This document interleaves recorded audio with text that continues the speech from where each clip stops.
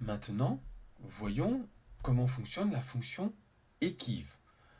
La fonction équive va nous permettre de retrouver un numéro d'indice d'une valeur cherchée. Donc dans son écriture, vous allez voir que ça ressemble un petit peu à une fonction de recherche. Sauf que là, contrairement à la fonction de recherche, on ne cherche pas à obtenir une information, on va chercher à obtenir un indice, c'est-à-dire un positionnement. Donc là, par exemple, dans la fonction équive, j'ai besoin de la valeur cherchée, d'accord, que je vais mettre juste au-dessus ici. J'ai besoin d'un tableau dans lequel je vais aller chercher la valeur cherchée. Donc attention, dans le cas des fonctions équives, le tableau ne peut avoir qu'une seule dimension.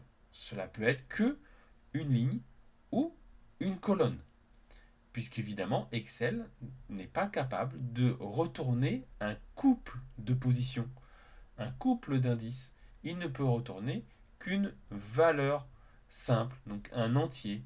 Donc du coup, un indice qui correspond soit à la position dans une ligne, soit à la position dans une colonne. Donc là, par exemple, on va prendre donc le tableau où il y a les mois. Et après, on va indiquer en fait comment on fait cette recherche. Donc, comme pour la fonction recherche V et recherche horizontale, on va pouvoir mettre plusieurs valeurs. En fait, si on met le 1, ça va faire une recherche approchée.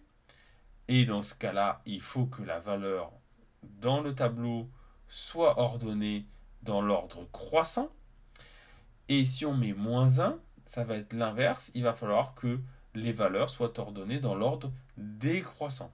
Mais dans tous les cas, il faut qu'il y ait un ordre. Ici, on va chercher un des mois pour savoir quelle est sa position dans le tableau. Donc là, on va faire une recherche exacte. Donc je vais mettre 0. Et donc, dès que je tape un mois, par exemple, je vais taper février, il va me donner la position de ce mois dans le tableau.